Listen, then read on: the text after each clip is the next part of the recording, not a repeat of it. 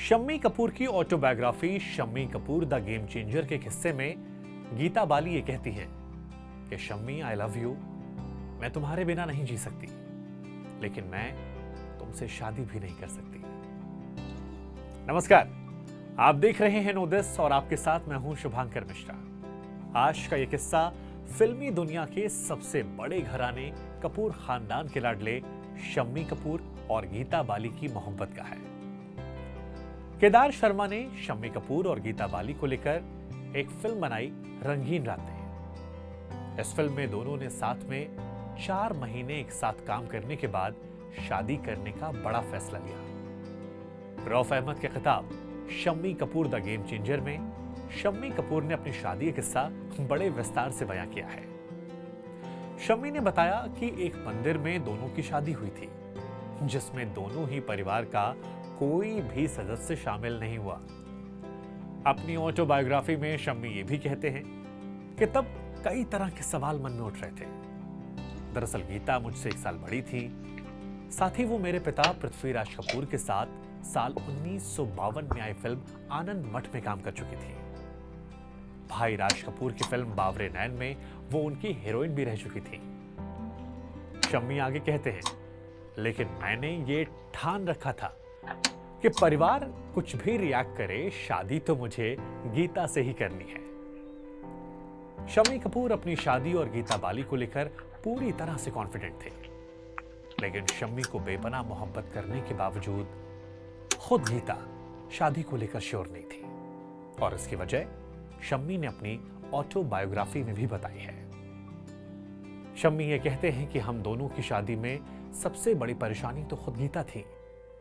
गीता ने मुझसे कहा कि मैं अपने परिवार को कैसे छोड़ सकती हूं, वो सभी मुझ पर निर्भर हैं, उनके पास मेरे सिवा कोई और नहीं है। शम्मी कपूर के इस प्रपोजल को गीता बाली ने ठुकरा दिया, लेकिन शम्मी साहब ने भी हार नहीं मानी। 4 महीने के बाद फिर वो घड़ी आई जब शम्मी ने गीता बाली को प्रपोज किया। ये तारीख थी 23 अगस्त साल 1955, मुंबई का होटल जुहू।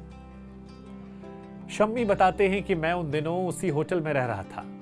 माता पिताजी पृथ्वी थिएटर के काम से भोपाल गए हुए थे।